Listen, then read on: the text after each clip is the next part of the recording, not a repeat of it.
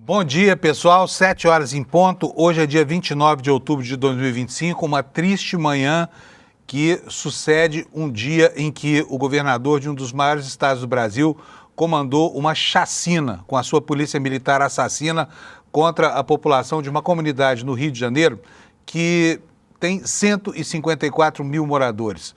Balas traçantes, enfim, todo tipo de violência cometida contra a população que vive acossada, ora pelos bandidos de farda, ora pelos bandidos do crime organizado. E assim foi um dia de inferno ontem no Rio de Janeiro, em que autoridades, especialmente o governador do estado do Rio de Janeiro, abusaram das mentiras para justificar o banho de sangue que aconteceu na zona oeste do Rio de Janeiro. E hoje esse é o assunto dominante no noticiário, porque as consequências dessa barbárie que aconteceu no Rio de Janeiro hoje provavelmente vão gerar reações ao longo de muitos e muitos meses, né? E elas deixaram claro, mas muito claro, cristalinamente claro, que não é possível mais entregar o comando de forças selvagens como as polícias militares brasileiras a homens que têm uma índole assassina, que são cultores e idólatras da morte, como técnica de controle social, e que enganam a população prometendo que com mais violência vão conter a violência. O resultado foi isso que se viu ontem lá no Rio de Janeiro, um massacre contra a população, com ocorrência de pelo menos 64 mortos e 9 feridos, né? E sabe-se lá quanta gente mais que pereceu e que se machucou com essa brincadeira do faroeste do Cláudio Castro ontem. Aplaudido, aliás, pela extrema-direita brasileira, que não se cansa de reiterar o seu compromisso com a morte, com a dor, com a tristeza e com o luto. É assim que eles passam os dias e as noites. E ontem se regozijaram com o escândalo, com o espetáculo de selvageria, né, protagonizado por esse governador do Rio de Janeiro, um cultor da morte, né? E as autoridades se apressaram, as autoridades do Rio de Janeiro se apressaram em culpar uma medida do Supremo Tribunal Federal, que foi a chamada ADPF das favelas, pelo empoderamento do Comando Vermelho. Na verdade, o Rio de Janeiro tem vivido chacinas como essas sucessivas e elas nunca conseguiram sequer fazer cócegas na hegemonia do crime organizado nessas comunidades que são mais vulneráveis, tá? Então, esse é o nosso assunto do dia de hoje, mas nós temos mais informações aqui. Temos Lula chegando ao Brasil para começar a operar aquilo que ele precisa fazer urgentemente, que é encontrar uma solução para o Supremo Tribunal Federal, né, nessa queda de braço com o Senado, que insiste na candidatura do senador Rodrigo Pacheco a essa vaga, mas que Lula ainda tenta conter, né, com os seus argumentos, tentando fazer com que Pacheco aceite o apoio dele, Lula, para a disputa do governo do estado de Minas Gerais, tá? Então, esses são os principais destaques e eu já vou chamar o Alex aqui. Hoje a gente fica até sem graça, né, de começar o dia aqui. Nós vamos falar de um assunto mais leve que é o futebol, mas é uma tradição do nosso horário aqui e já a gente volta para o assunto dominante, que é realmente essa tragédia que aconteceu lá no Rio de Janeiro com a ocorrência dessas 64 mortes. Então, Alex, bom dia. Bom dia a todos, bom dia, Panunzio, tudo bem? Tudo ótimo? Bem. Você ficou horrorizado também com o que aconteceu lá no Rio ontem, né? Sim, fiquei horrorizado, tanto que tem uma página que eu acompanho no Twitter desde os outros tempos, que mostra também como é o dia a dia lá do tráfico, eu tenho essa curiosidade, então eu já sei um pouco como é a situação ali no Rio de Janeiro, e o que aconteceu ontem foi algo trágico, porque essa mega operação deixou 64 mortes, e nas redes sociais, no Twitter principalmente, eu vi algumas imagens que é bem chocantes, não é todo mundo que consegue visualizar essas imagens que tá circulando aí nas redes, Panunzio. Daqui a pouquinho nós vamos pegar algumas dessas imagens, porque elas são o reflexo mesmo do temor, né, de uma população acossada demais, né, pelos dois lados, pela violência extrema do crime organizado e pela violência extrema dos bandidos de farda, que são chefiados por esse cultor do assassinato em massa chamado Cláudio Castro, lá no Rio de Janeiro. Isso mesmo. Bom, Alex, e aí, o que nós temos de futebol hoje, hein? Então, Panunzio, aproveitando dessa situação do Rio de Janeiro, vamos falar um pouquinho sobre a Libertadores. Hoje, às 9h30 da noite, lá no estádio Presidente Perón, na Argentina, o Flamengo irá visitar o Racing em busca da classificação para a final da Libertadores da América. Lembrando que no primeiro jogo foi 1-0 ali, gol do Carrascal, e nisso uma vitória simples do Racing pode levar o jogo para os pênaltis. Caso o jogo termine em empate, o Flamengo consegue essa classificação 2 gols ou mais com a vitória do Racing, dá essa classificação direta pro time argentino ali para a final da Libertadores, Panunzio. Qual é que vai ser o placar? Quanto é que o Flamengo precisa nesse jogo? O Flamengo precisa pelo menos de um empate, tem que segurar a casinha ali para conseguir essa classificação, Panunzio. Então é uma situação um pouco mais fácil, querendo ou não, mas lá no estádio, fora de casa, vai ser um confronto difícil ali pro nosso Flamengo, Panunzio. Alex, e como é que tá o coração para amanhã? Porque amanhã tem jogo do Palmeiras, né? Um jogo super difícil. O Palmeiras precisa vencer por 4 gols de diferença. E não tá fácil, porque perdeu o último por 3-0. Aliás, o Palmeiras vence os difíceis e os fáceis ele tropeça, né, Alex? Sim. Mas como é que tá aí o coração para amanhã? Você acha, sinceramente, que o Palmeiras vai abrir 4 gols de diferença com a LDU? Então, Panuso, naquela esperança. Na quinta-feira eu fui dormir pensando, faltando 1 minuto pro jogo acabar, e eu já tinha esperança que o Palmeiras podia fazer um golzinho, até mesmo empatar em menos de 1 minuto. Quando passa depois do jogo, uma semana depois, eu creio que possa ser que a gente tenha essa virada jogando ainda mais em casa, tanto que na segunda-feira no meu Twitter eu postei lá, quinta-feira será conhecido como um milagre palestrino. Eu creio que a gente consiga essa classificação, tanto que em umas coisas que eu fiz, o Palmeiras precisa de 4 gols, então todos os dias eu estou usando uma peça do Palmeiras que vai virar 4 dias, e eu acho que essa é uma... Tomara que esteja certo essa questão, né, Panunzio? Pois é, amanhã nós vamos fazer aquela brincadeira que a gente faz aqui de vez em quando, o quadro dos prognósticos aqui. A última eu acertei, tá? Sim. Eu falei que ia dar a LDU por 3-0 e deu mesmo. E eu não entendo nada de futebol. Minha única fonte é o Alex. A única pessoa com quem eu falo sobre futebol é o Alex aqui e com vocês da nossa audiência, né? Sim. Bom, Alex, o que mais nós temos? Isso é tudo? Não, tem mais 2 jogos. Primeiro a gente vai passar ali pelo jogo de ontem. O Atlético Mineiro ganha de 3-1 ali do Independente Del Valle no jogo de volta da semifinal da Sul-Americana e carimbou o passaporte ali para a final da Sul-Americana, que irá acontecer no dia 22 de novembro, num sábado. E vamos torcer pro Galão conquistar esse título aí da Sul-Americana. E também, Panuso, teve outro jogo. Ontem a seleção feminina ganhou da Itália por 1-0. O gol da Luane ali no segundo tempo, aos 67 minutos.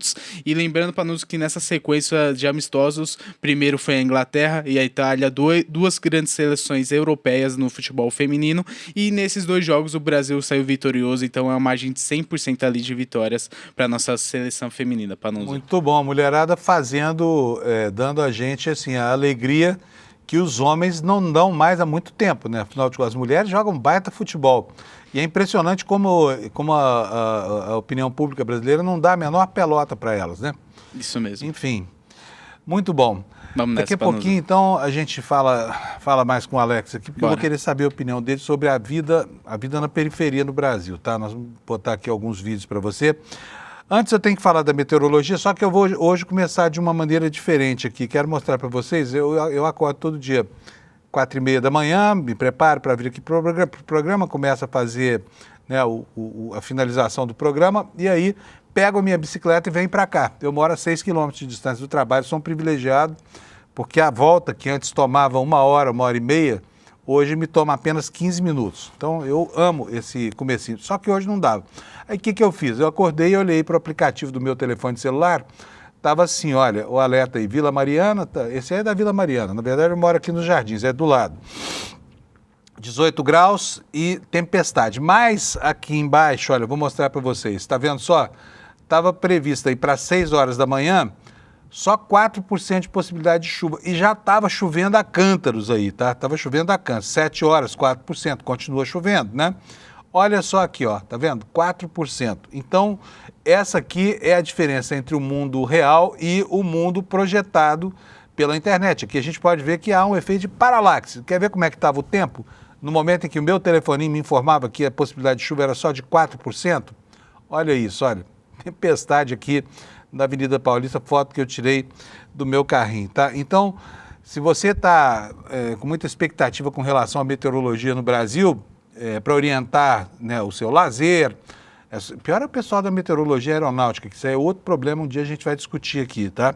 É um assunto muito específico, mas saiba das limitações, o mundo real, às vezes, não guarda nenhuma semelhança com o mundo projetado pela meteorologia, tá bom? Bom, então vamos começar o noticiário, gente. Quero mostrar para vocês o nosso site, o iclnoticias.com.br. Óbvio que o noticiário hoje gira em torno, né, desse desse massacre que foi levado a efeito por esse sujeito, governador do Rio de Janeiro, um homem que é um apólogo da morte, do morticínio, né? E que protege e treina uma polícia para a prática do assassinato como forma de controle social. Cláudio Castro, tá? Guarde esse nome.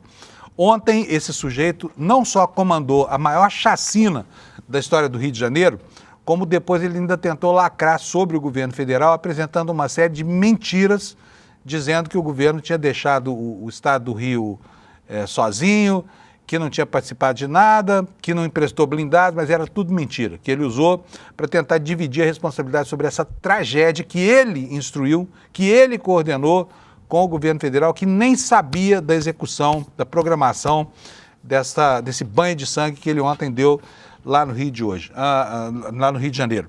Por isso a manchete aqui no nosso site é essa, olha, política sangrenta, operação policial deixa 64 mortos lá no Rio de Janeiro, tá? E a gente segue com o assunto pelas manchetes secundárias. Aqui a próxima informação é de que o governo Lula está enviando ministros ao Rio de Janeiro e até considera uma intervenção depois das 64 mortes, tá?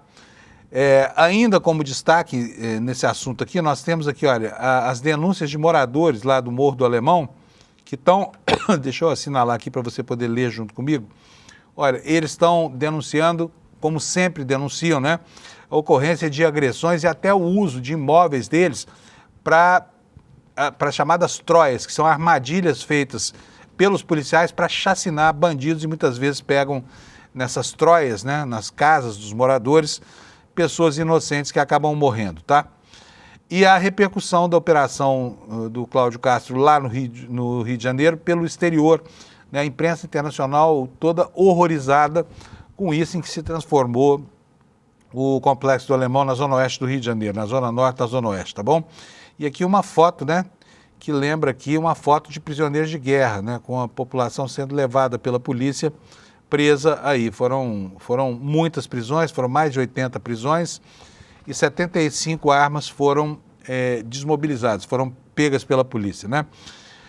Nós temos também uma outra informação aqui, daqui a pouco a gente detalha, que o Ministério Público do Rio de Janeiro, o Ministério Público está enviando técnicos ao Rio de Janeiro para que garantir uma perícia independente, né, das mortes que ocorreram nessa mega operação terrível do Cláudio Castro, né? Na Câmara, isso ontem gerou uma repercussão imediata. Daqui a pouco você vai ver a deputada Thalíria Petroni batendo boca lá com aquele sujeito chamado delegado Bilinski, que tem protagonizado 10 entre 10 bravatas lá do Congresso Nacional. Ontem ela foi impedida de falar na Comissão de Segurança Pública e ela descascou o verbo lá para cima desse sujeito, tá? No cenário nacional, essa história da lacração do Cláudio Castro ontem gerou cenas de constrangimento para o próprio Cláudio Castro. Vocês vão ver aí na manchete já, tá aí, olha.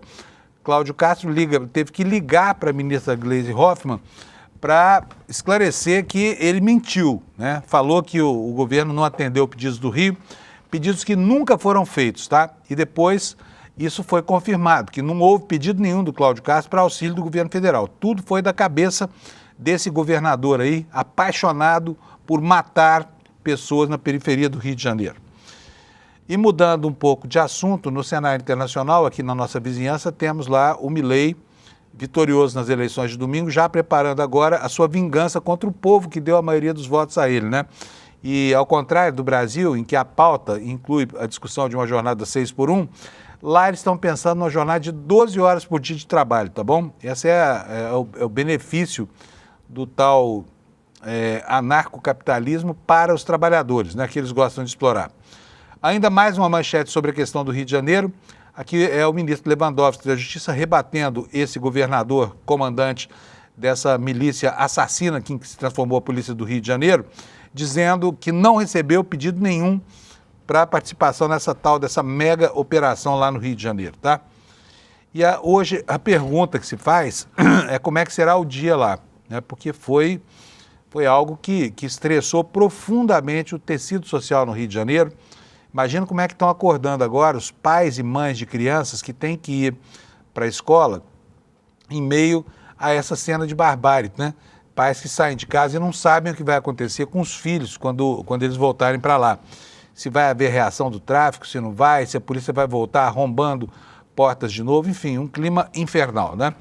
E eu vou começar mostrando para vocês, já eu vou chamar aqui o Lula Costa Pinto, porque o Lula tem muitas informações nessa área também para gente. Mas eu quero mostrar para vocês, cadê? Oi, Lula, bom dia, tudo bem, Lula? Bom dia, Fábio, bom dia quem nos Lula. assiste. Mas você ia mostrar alguma coisa agora, antes de eu entrar. Exatamente, o Lula, o Alex botou ele para dentro aqui um pouquinho, mas tudo bem. O Lula é muito bem-vindo aqui. Alex, bota para mim o vídeo do morro lá, vamos ver como é que foi, como é que foram as cenas. Não é esse futebol, não, é o VT do morro. Vamos ver como é que foi ontem, visto de longe, né, esse embate aí entre facções do crime organizado e as tropas policiais. Bota para nós o vídeo, por favor. Olha só o terror que é isso. Não parecem aquelas cenas que a gente se habituou a ver do massacre israelense sobre a faixa de Gaza? Olha, vários focos de incêndio, né? E aí ao fundo a gente ouve o som dos fuzis, né? De lado a lado. Os fuzis do crime e os fuzis dos criminosos fardados, atirando contra a população civil aí. Tá bom esse vídeo? Vamos colocar agora o próximo. Agora vamos ver o problema por dentro, né? Imagina o que é você estar em casa, na sua casa, e do lado de fora, uma casa, uma construção frágil, de paredes frágeis e tudo mais. E do lado de fora da casa, Lula, está acontecendo o tiroteio cujas balas você não sabe de onde partem nem a quem se destinam. Olha só que horror essa situação. Olha, o pessoal deitado no chão, muitas crianças aí. E se você apurar o seu ouvido, no fundo, você vai ouvir o barulho de centenas de disparos que são feitos aí, apavorando essa população, né? Olha só o ambiente de terror que essa gente vive, tá? Felizmente, nessa cena, olha, não se registra ninguém que tenha se machucado, né? Mas as balas que são disparadas, balas de um calibre muito grosso, elas certamente têm o poder de transfixar essas paredes e atingir as pessoas que estão aí dentro, né? Esperando que elas tenham se saído bem disso. Deixa eu chamar o Lula agora de novo. Lula, ontem essa tragédia toda, né, representada por essas imagens, por esse sofrimento todo, acabou sendo usada pelo governador do Rio de Janeiro para lacrar em cima do governo federal, tentando dividir responsabilidade com alguém que nem sabia da operação, não é isso? Olha, Fábio, é exatamente isso, e você usou aí um termo de comparação que é o que preocupa o mundo, não é o país fora do governo do Rio de Janeiro. O que preocupa o mundo é a parametrização dessas ações de ontem com o que ocorreu, o que está ocorrendo na faixa de Gaza. Execuções, com o argumento de que se está perseguindo terroristas, e no caso, né, o trade da extrema-direita do Rio de Janeiro, né, tentou classificar essa carnificina, né, iniciada ontem como uma ação contra o narcoterrorismo, que seria o crime organizado que ocupa as franjas, os morros do Rio de Janeiro já há muito tempo, né? A ONU se manifestou ontem com essa preocupação das execuções. No fim da noite de ontem, o ministro Alexandre de Moraes foi designado pelo Supremo Tribunal Federal para se pronunciar, cobrando o cumprimento das determinações que já haviam sido feitas desde 2019, 2020, no curso do julgamento da ADPF, a Arguição de Descumprimento de Preceito Fundamental, número 635, que versa sobre a legalidade e a estrutura dessas operações de combate no Rio de Janeiro para preservar a vida humana dos milhares de cidadãos que moram nos morros, que são famílias trabalhadoras, estudantes, idosos, aposentados, que moram no Rio de Janeiro e que estão submetidos a essas ações de genocídio, de carnificina, numa entrada completamente desprogramada, desorganizada. E ontem à noite, o Supremo Tribunal Federal pediu a manifestação do governo do Rio de Janeiro para que eles digam como essa operação foi organizada, estruturada, sem que ferisse a DPF 635. O governo precisa se pronunciar sobre isso até sexta-feira.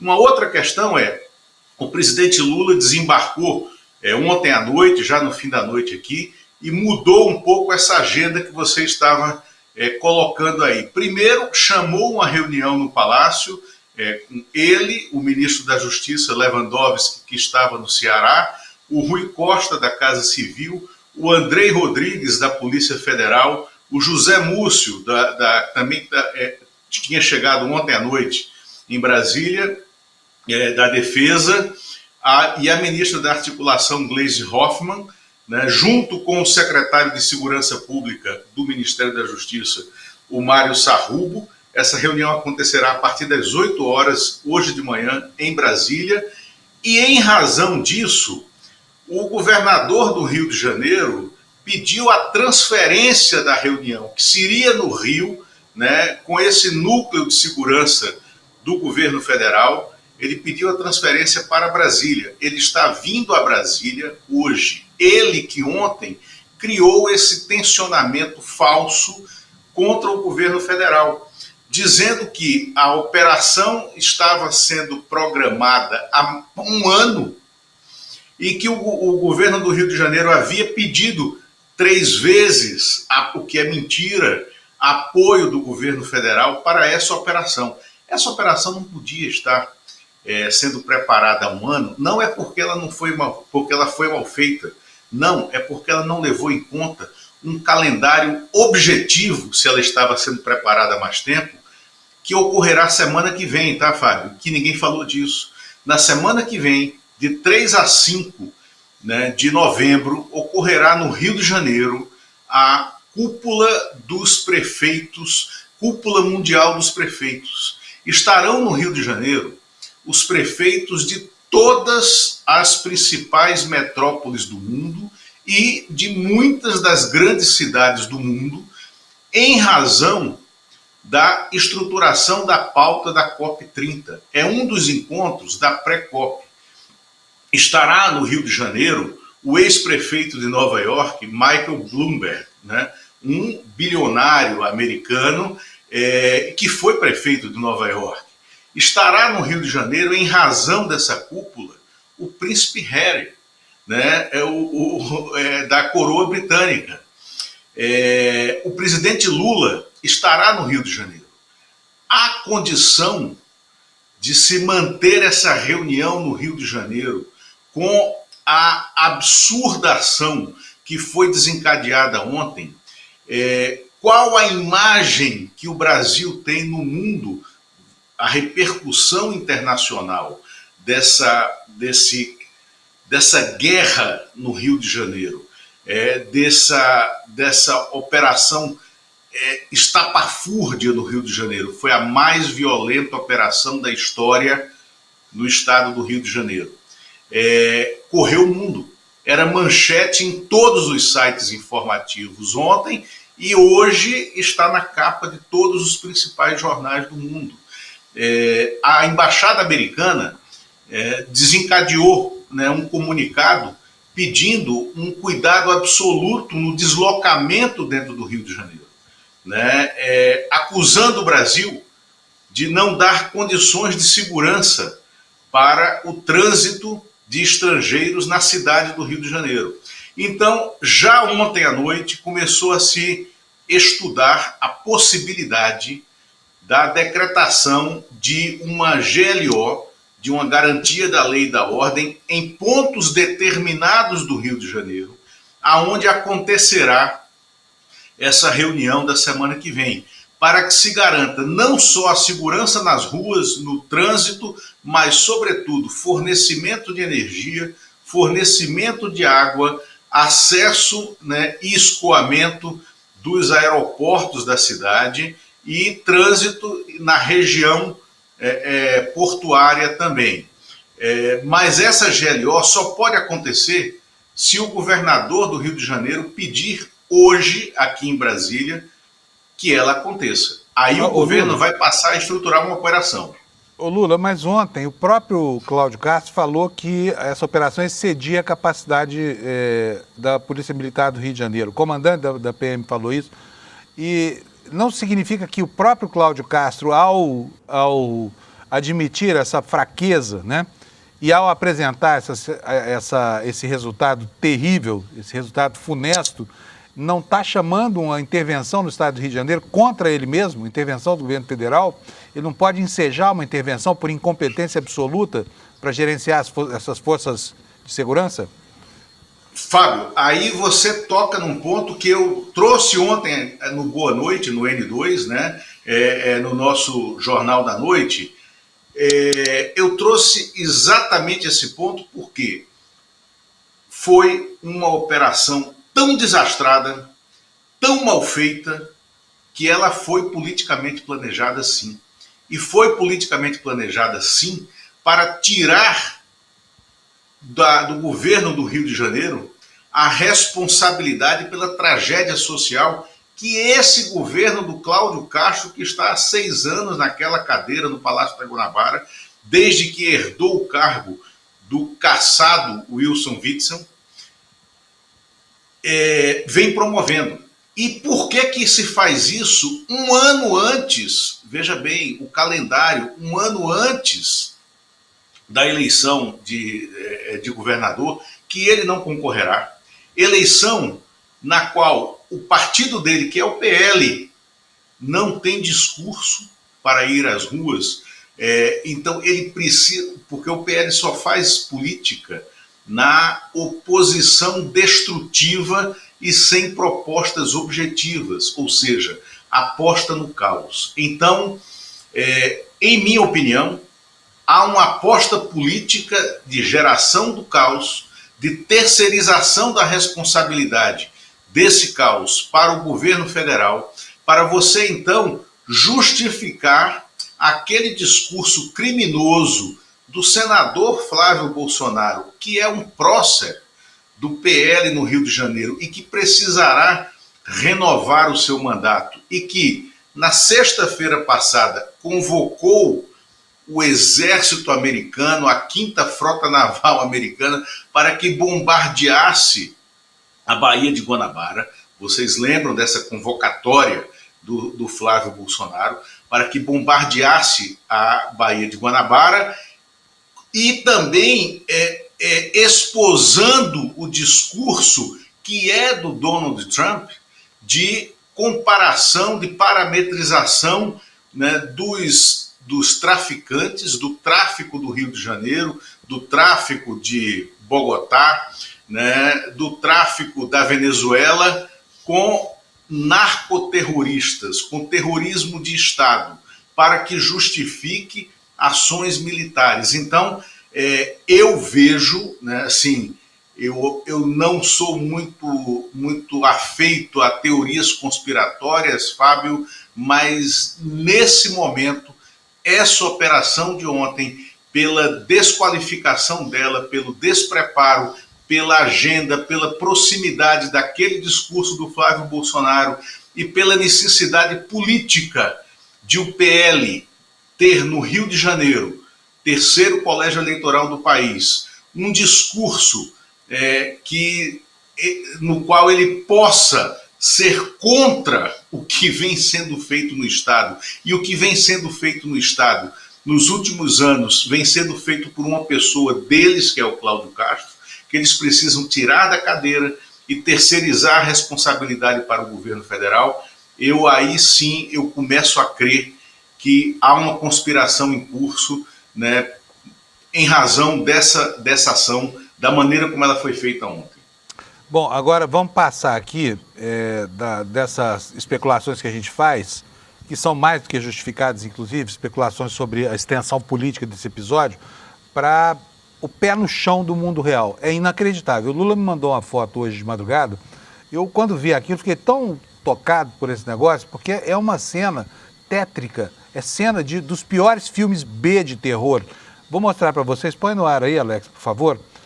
A gente não sabe exatamente se esses corpos que estão no chão são parte daqueles 64 admitidos ontem, mas eles foram arrecadados, né, na região próxima enfim, ao epicentro dessa catástrofe gerada pelo caldo de gás. São 32 corpos no chão. Agora, você imagina isso no Brasil, quantos?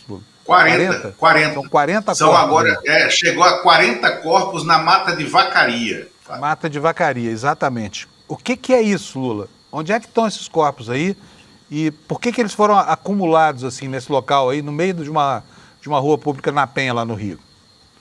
Isso, essa foto aí retrata a coleta de uma comunidade, da comunidade de Vacaria, feita durante a madrugada, no começo da manhã de hoje. Eles coletaram 40 corpos nas matas e o governo do Rio de Janeiro não se pronunciou ainda para dizer se esses 40 corpos integram a contabilidade de 64 mortos ou não, ou se parte deles apenas integra. Então, há um temor, para mim é mais do que evidente, de que a gente tenha que somar pelo menos algumas dezenas mais de mortos a essa trágica contabilidade de 64 vítimas fatais do confronto de ontem, do confronto desorganizado e mal planejado de ontem. Isso é uma tragédia, Fábio.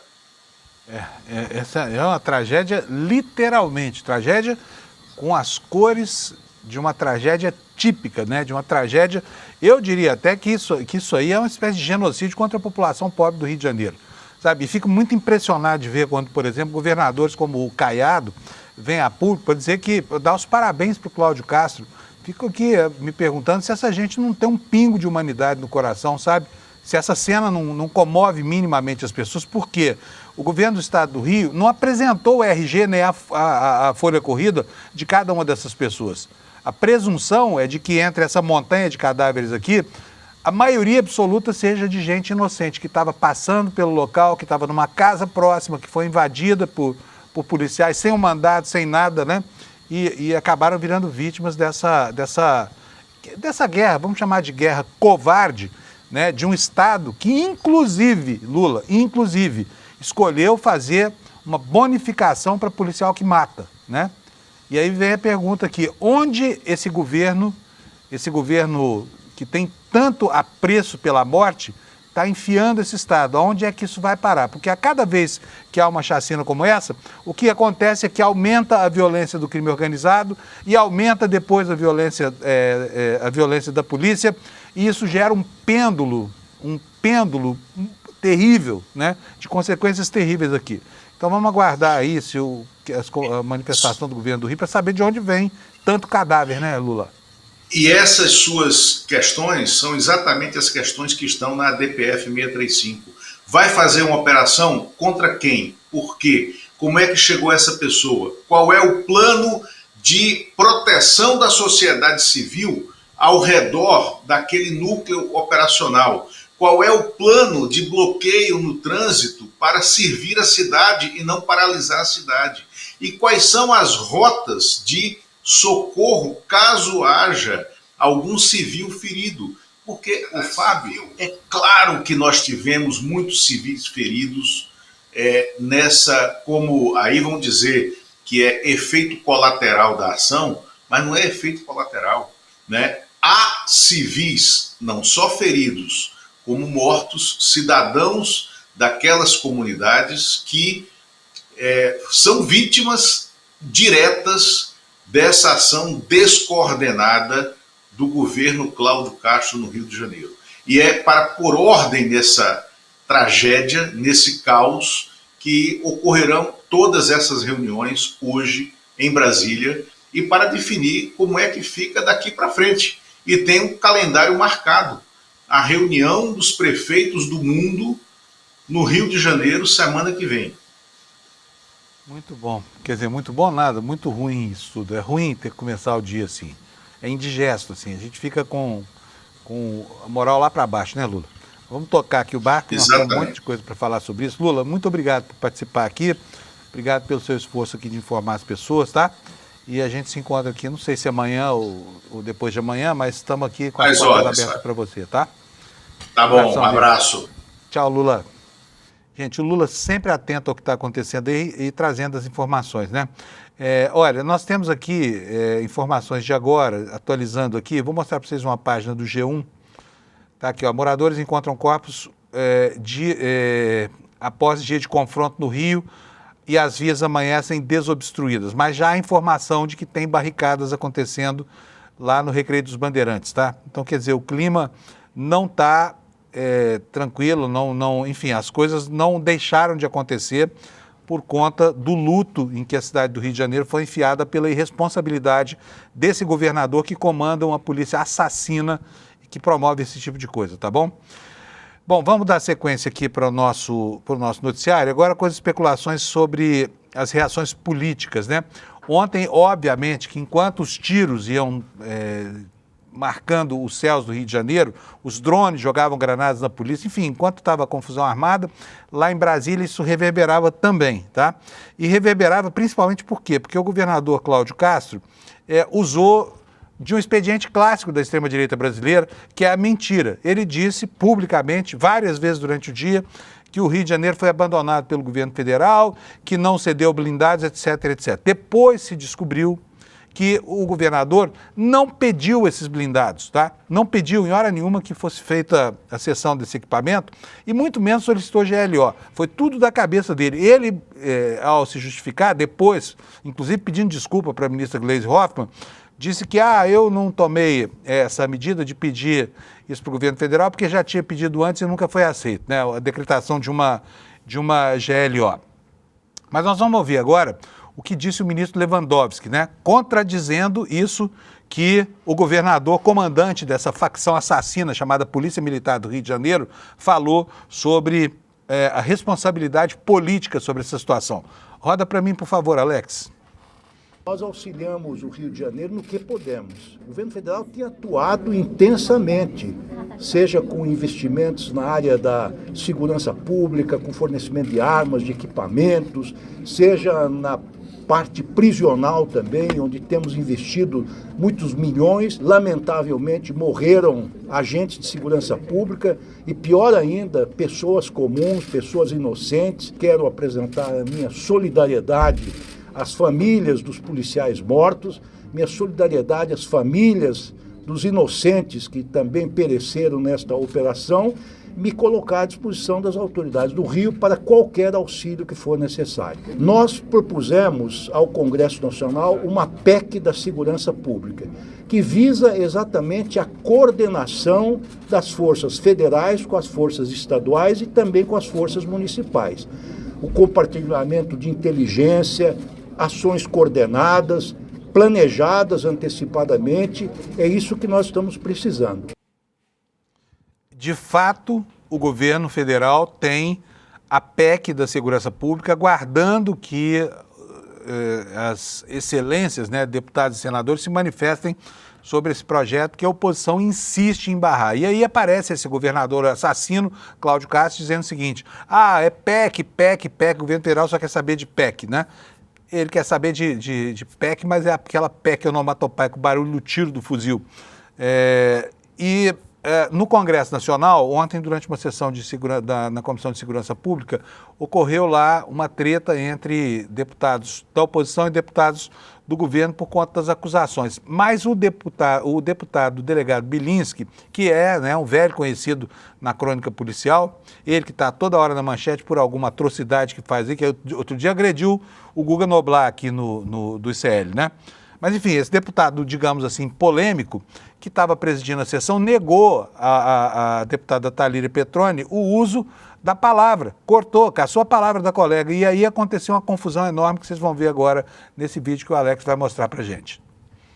O povo vai responder o que você carrega nas costas, seu moleque covarde. Moleque covarde, é isso que o senhor é. E agora eles estão tentando mais, sabe o que é bom? Matar a gente, matar 70 pessoas do Rio de Janeiro, inclusive policiais. Sabe o que é bom? Um modelo de segurança pública. E o que o seu presidente está fazendo? O meu presidente botou 40, 50 agentes. O que ele fez? Agentes que estão fazendo policiamento. Negou 3 pedidos do governador. Mentira. Negou Foi 3 revogado pedidos. 11 vezes. 3 pedidos A para pedido intervir. desse Seu governador. presidente é Safado conivente com o incompetente. tráfico. O Você- seu presidente é conivente com o tráfico. Não é conivente, não. Conivente com o tráfico. Amigo de narcotraficante. Amigo de narco ditador. Amigo do Maduro. Amigo do Maduro. Ele defendeu Amigo milícia. do Maduro. Bolsonaro defendeu milícia. Amigo do Maduro. Miliciano. Vai pra Miliciano Venezuela. safado. Miliciano. Vai pra Miliciano safado. Miliciano safado. Seu presidente é um miliciano. Seu moleque. Seu moleque. Calma. Tá o quê? Ah, vai gritar no inferno. Moleque. Bom, vocês viram aí, né? Que horror, né? Aí entrou Sargento Farruri e Companhia Limitada. Eu vou pedir para a gente ver agora uma manifestação da deputada Benedita, né? Ela que nasceu numa favela, na beira da Lagoa Rodrigo de Freitas, conhece muito bem o dia a dia e ela ontem se definiu. Ela falou, olha, eu saí da favela, mas a favela não saiu de mim. Vejam só como é que foi a manifestação dela sobre esse massacre promovido pelo governador do Rio de Janeiro. Roda para nós, Alex, por favor. Quem está falando aqui é alguém que morou no morro 57 anos da minha vida. Não pode ser natural você ir para um território onde tem milhares de pessoas e querer fazer uma operação a céu aberto, colocando as famílias em pânico, colocando as crianças fora da escola. Qual é o resultado dessa mega operação? É de doer. Pra gente é de doer de ver essa casa dizer que nós, a esquerda protege bandido. Nós protegemos as famílias decentes, que vai limpar a casa dos senhores e das senhoras, que cuida dos seus cachorros, dos seus filhos. São essas pessoas que nós defendemos. E elas moram lá porque não podem morar no palácio onde nós moramos. Foram mortos mais de 64 e eu tenho certeza que tem mais por aí.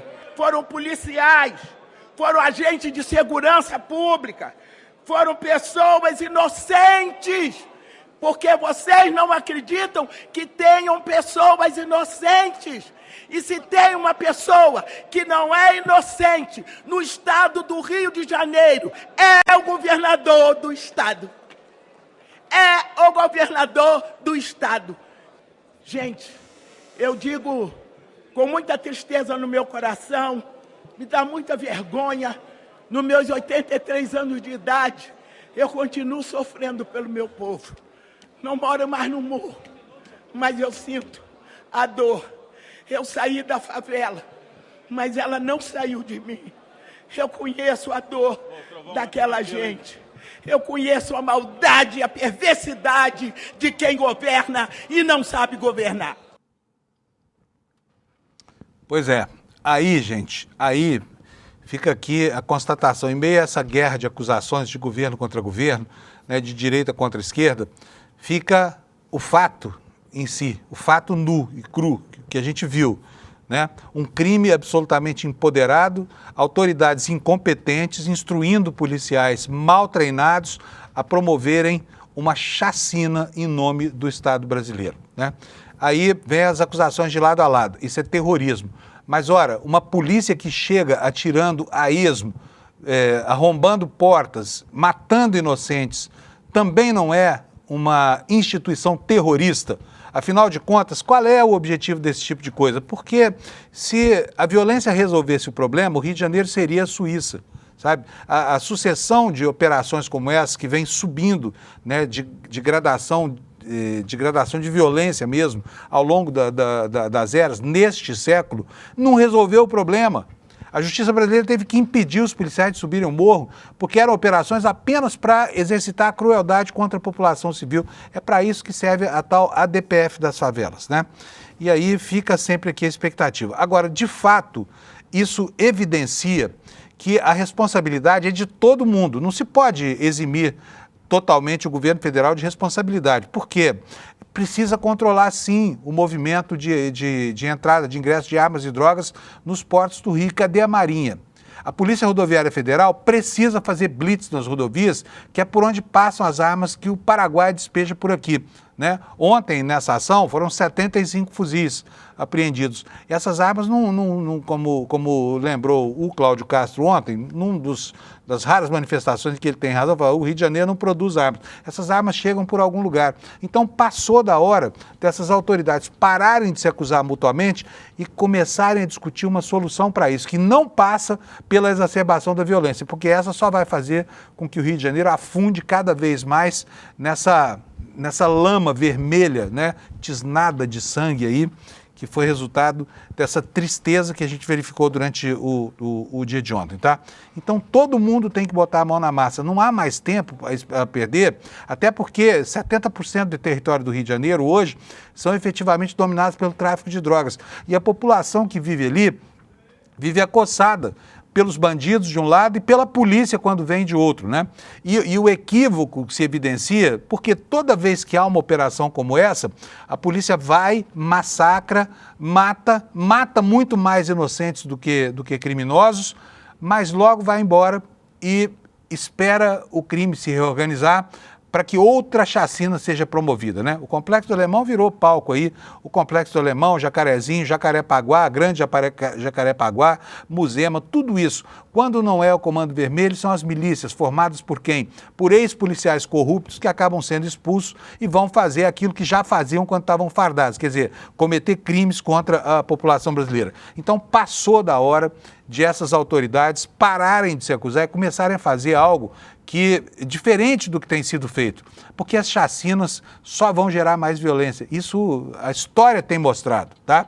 O Brasil tem a polícia mais violenta do mundo e é um dos países mais violentos do mundo. A violência não conterá a violência. É hora de começar a trabalhar com isso, olha, que transforma seres humanos em seres tão especiais. A inteligência, o planejamento, a formulação de estratégias que visem sufocar o crime organizado, não pela imposição do terror, mas pela imposição de regimes mesmo de fechamento, pela asfixia financeira do crime.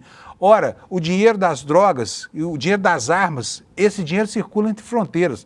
Ele sai do Brasil e volta para o Brasil por dentro do sistema bancário. Por que as instituições não brecam esse circuito? Por que não conseguem parar isso? Por que as armas continuam chegando pelas rodovias e por que os portos servem como verdadeiros escoadouros aqui, né, da droga, enfim, que o continente produz e que o Brasil acaba fazendo chegar a outros países do mundo e que está adoecendo a população na periferia e sujeitando a população que não está doente ao controle, ora do crime, ora de facções como essa polícia militar assassina lá do Rio de Janeiro, tá bom?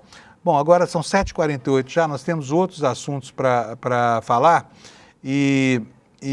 bom, eu vou começar aqui falando sobre algo que aconteceu ontem, o Congresso Nacional ontem, sensível à pauta proposta pela opinião pública, né, pautada pela opinião pública, mas pautada também por interesse dos próprios parlamentares, porque eles são usuários de avião, eles viajam toda semana, vão e voltam para casa. Então eles sabem do aborrecimento que é ter que pagar por uma bagagem de mão ou por uma mala de 23 quilos. E ontem a Câmara aprovou um projeto que proíbe a cobrança de bagagem de até 23 quilos. Já não é mais a malinha de mão, que era até 10 quilos, tá?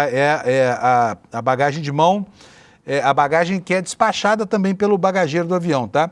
E o presidente da Câmara, o Hugo Mota, deu até uma tuitada ontem, vou mostrar aqui para vocês, botar aqui na tela, se ufanando de ter obrigado as companhias aéreas, quer dizer, no plano do que ele manda lá, que é a Câmara dos Deputados, né? Ele disse o seguinte aí no Twitter, olha, fim da cobrança pela bagagem de mão em voos do Brasil. Acabamos de aprovar o PL 5041/2025 do deputado da Vitória, com relatoria do deputado Carleto Neto. E fomos além. Também não será cobrada a marcação de assentos, tampouco cancelado o trecho de volta quando o passageiro não comparecer na ida.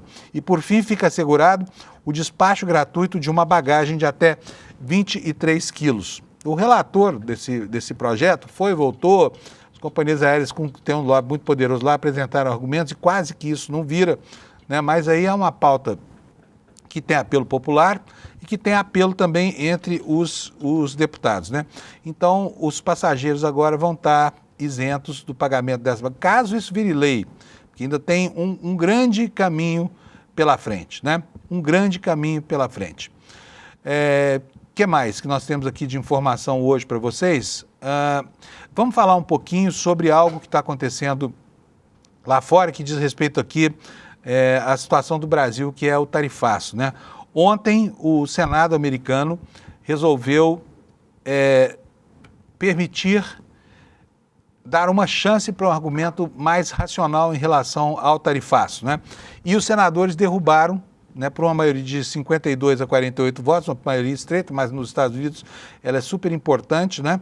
Aprovaram lá uma medida condenando o tarifaço do Trump por razões políticas contra a economia brasileira. Está aqui na tela para vocês, eu vou colocar aqui já uma tuitada do Washington Post, que fez uma matéria completa sobre isso. Olha, o Senado aprovou uma resolução bipartidária para terminar com o regime de emergência nacional do presidente Trump em relação às tarifas ao Brasil, né? Um indicador de crescimento da frustração do próprio Partido Republicano com as políticas do Trump para o comércio mundial. Então tá aí. Só que isso vai vigorar agora? Não, isso não vai vigorar agora ainda. Por quê? Porque a Câmara dos Deputados, a Câmara dos Representantes, precisa também aprovar essa medida. E aí é outra história, tá bom?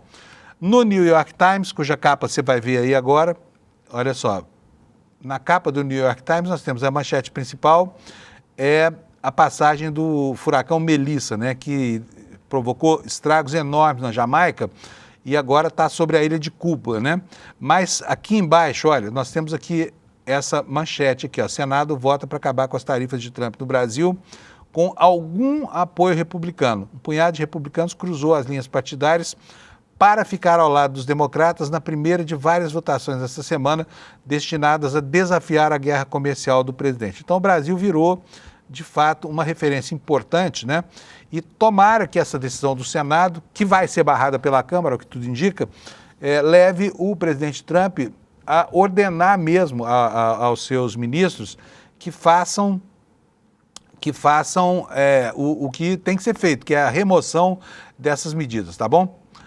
Voltando aqui para o Brasil, olha só, vamos falar sobre a parte que cabe ao governo federal agora. O governo federal, como se sabe, em relação a essas medidas contra a violência urbana no Brasil, fez aquela PEC, né? E está tentando aprovar isso, né? Chama num projeto antifacção, que está aqui na matéria do UOL. E o texto nos diz o seguinte: o governo federal tem aproveitado a repercussão dessa operação desastrada no Rio para acelerar a discussão da PEC da segurança pública. Ao UOL, membros do governo, parlamentares e especialistas afirmaram que a ação comandada pelo governador Cláudio Castro vai fortalecer a proposta de emenda constitucional encampada pelo ministro da Justiça e Segurança Pública. Interlocutores do governo federal afirmam que o momento é favorável à PEC da segurança pública. Fontes do Ministério da Justiça e Segurança Pública ouvidas pelo UOL lembraram que o governo já vem trabalhando essa PEC há meses, mas agora essa mega operação, aliás, a gente podia chamar isso aqui de mega chacina, né? Lá no Rio de Janeiro, deve impulsionar as discussões e a análise da proposta pelo Congresso, né? E o ministro da Justiça, Ricardo Lewandowski, defende essa PEC como uma ferramenta para coordenar as forças de segurança. O que diz aqui o Lewandowski? Propusemos ao Congresso Nacional uma PEC de segurança pública que visa a coordenação das forças federais com as forças estaduais e também municipais, o compartilhamento de inteligência, ações coordenadas e planejadas antecipadamente. E é isso que estamos precisando. O crime organizado é uma patologia extremamente preocupante, disse aqui o ministro Ricardo Lewandowski. Mudando ainda um pouco de assunto, porque eu preciso correr, porque tem pouquíssimo tempo agora. Está aí a informação de que o líder do PT na Câmara, né, está pedindo à Procuradoria-Geral da República, mais uma vez, a cassação do deputado Eduardo Bolsonaro. Por que será, hein? É tão bonzinho esse Eduardo Bolsonaro, você não acha? O líder do PT na Câmara, diz aqui a matéria do UOL, o deputado Lindenberg Farias, protocolou um pedido de cassação do Eduardo Bolsonaro por faltas. Ele está lá nos Estados Unidos desde fevereiro, a princípio estava de licença, só que o prazo venceu e desde 20 de julho ele vem faltando. Já perdeu mais de 70% das sessões, segundo Lindenberg, e assim ele já estourou o limite por faltas, né, em relação a essa legislatura aqui. Vocês acham que o Congresso vai se mexer para cassar o mandato do Bananinha, né? Não vai. Não vai. Vai sair para o recesso, vai deixar o assunto pendente para o ano que vem. E o ano que vem é ano eleitoral. Vamos ver como é que vai ser o comportamento dos parlamentares lá, porque o Conselho de Ética já disse que veio. Ele não está lá para punir ninguém da extrema-direita, está lá para proteger o pessoal da extrema-direita, né? A matéria do UOL nos informa ainda que o Eduardo Bolsonaro teve 14 presenças em 51 sessões esse ano, portanto tem 72% exatos de ausências. Se estivesse presente em todas as sessões até o fim do ano, ele não atingiria os 2/3. Então acabou para ele. Já está cassado, disse o Lindbergh Farias, né? A Câmara, o regimento da Câmara estabelece presença mínima obrigatória em 2/3 das sessões. E o petista também questionou o pagamento dos salários, porque Eduardo, me parece que o deputado não está recebendo salários, tá? Até onde eu tenho acompanhado no site da Câmara, ele pessoalmente não recebe salários, mas os funcionários do gabinete, que não estão fazendo porcaria nenhuma lá, continuam sendo pagos, apesar de o deputado ter tido inclusive a sua conta bloqueada pelo Supremo Tribunal Federal, tá bom? Vamos continuar aqui com o noticiário. Nós temos mais algumas informações aqui, ainda sobre as repercussões políticas lá no Rio de Janeiro. A Andréa Sadi está informando aqui no blog dela, no G1, que, né, começou uma corrida dos políticos para tratar da segurança lá no Rio de Janeiro, premidos que eles estão pela questão da segurança pública, que é, segundo todos os levantamentos de opinião pública, o maior problema do Brasil. O que a Andréa Sadi está nos informando aqui? Que após a mega operação contra o Comando Vermelho, que deixou pelo menos 60 mortos, fora esses 40 da foto aí, que a gente viu que foram corpos retirados de uma região de mata no entorno da zona do conflito, tá?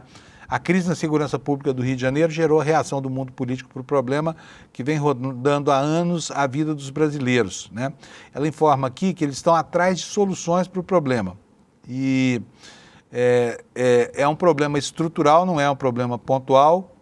E a segurança pública e a violência urbana rondam a sociedade há muito tempo, piorando a ponto de ser hoje a principal preocupação dos brasileiros, tá? Informa que André Sadi, tomara que esse episódio ele consiga alegar pelo menos, né, uma lição, e que essa lição seja aprendida, né, a de que não se combate o crime organizado do jeito que o combate está sendo feito lá no Rio de Janeiro. E antes de encerrar, preciso mostrar aqui para vocês uma matéria do G1, porque um dos aspectos que mais chamaram a atenção nessa crise lá no Rio de Janeiro, nessa mega chacina, foi a utilização de drones pelos criminosos do Comando Vermelho contra policiais militares. Não se sabe se houve alguma efetividade, mas o fato é que os drones apareceram no céu jogando granadas contra os policiais, né? E o site do jornal O Globo, o site do G1, diz aqui que quem trouxe essa tecnologia para a Marinha, quem trouxe essa tecnologia para o crime organizado foi um ex-militar da Marinha, tá? Lembrando aqui de uma matéria do Fantástico há um ano que falava exatamente sobre isso, sobre o uso dessas tecnologias muito inovadoras por parte dos criminosos que cada vez mais sofisticam as suas ações, tá bom? Gente, por hoje é isso.